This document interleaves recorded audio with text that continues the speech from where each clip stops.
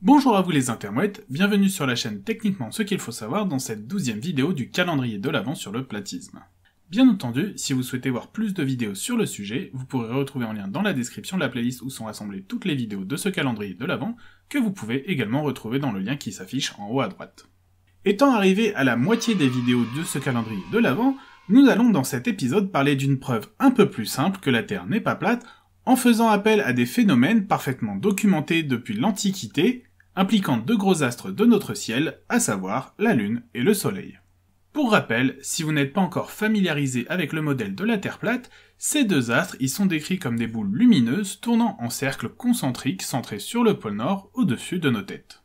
Seulement, comment dans ce modèle justifier l'existence des marées ? J'avais déjà évoqué l'origine précise des marées, dont la conception est mal comprise par le public, ce qui avait été l'occasion d'expliquer en quoi la Lune était responsable de 2 marées par jour. Mieux encore, il est possible de simplement expliquer comment le cycle lunaire va, avec l'aide du Soleil, engendrer des périodes de fortes marées et de faibles marées. Les platistes, niant catégoriquement l'existence de la gravité, force leur paraissant ésotérique du fait de leur manque de formation, mais également force contredisant sans cesse leurs assertions saugrenues, comment satisfaire la substantifique moelle solutionnant l'origine des soubresauts océaniques sans souiller la sévère réalité. Car si l'explication du fonctionnement des marées est complexe à justifier, le fait est que leur lien avec notre astre à la couleur opaline est indéniable. Bien au-delà des clapotis des vagues, nous pouvons également nous interroger sur l'explication des éclipses. Ces dernières sont de deux sortes bien distinctes. Les éclipses lunaires, les plus courantes, lorsque la Lune s'assombrit très fortement dans notre ciel. Les éclipses solaires, plus rares, lorsque le Soleil se retrouve caché en plein jour. Ces deux catégories d'éclipses très différentes surviennent systématiquement à des périodes précises du cycle lunaire. Les éclipses lunaires ne se produisent uniquement que lors des nuits de pleine lune. C'est tout l'inverse pour les éclipses solaires qui, elles, ne se produisent que le jour, lors d'une nouvelle lune. Le souci, c'est que dans le modèle platiste, la Lune et le Soleil tournent tous deux au-dessus du disque terrestre, sur le même cercle centré sur le pôle Nord, mais à des vitesses différentes. Pour commencer, ce modèle est incompatible avec les phases lunaires, puisqu'il suffit de réfléchir 2 minutes pour comprendre qu'il est dans ce cas impossible que la Terre entière soit en mesure au même moment de voir la même phase de la Lune.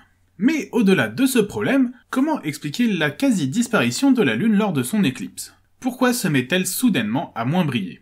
Quid des éclipses solaires ? Qu'est-ce qui est responsable de la disparition soudaine de notre étoile en plein jour ? Bien entendu, les modèles platistes sont incapables de répondre à ces questions, pourtant triviales. Le modèle scientifique explique quant à lui très simplement que la Terre est sphérique, la Lune tourne autour de la Terre, et c'est la lumière solaire renvoyée par la surface lunaire qui est responsable de ces phases visibles depuis le sol.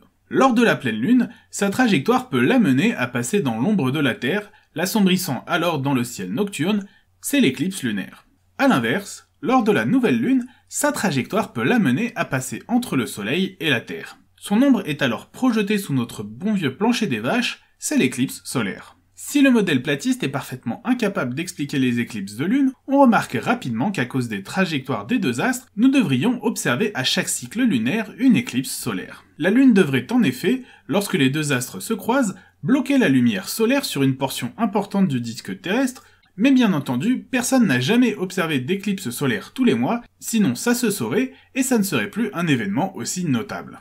Voilà, nous sommes donc à la fin de cette 12e vidéo du calendrier de l'Avent 2021 de Techniquement ce qu'il faut savoir, où l'on passe en revue les incohérences du platisme.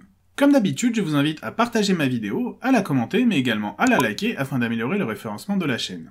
Vous avez également la possibilité de me suivre sur les réseaux sociaux où vous serez informé des épisodes à venir, et vous pouvez également me proposer des sujets que vous aimeriez voir traités ici. Bien sûr, si ce n'est pas déjà fait, je vous invite à vous abonner et à cliquer sur la cloche afin d'être informé des nouvelles vidéos et de ne rien rater de l'actualité de la chaîne. Je vous dis en tout cas à demain pour un nouvel épisode de Techniquement ce qu'il faut savoir.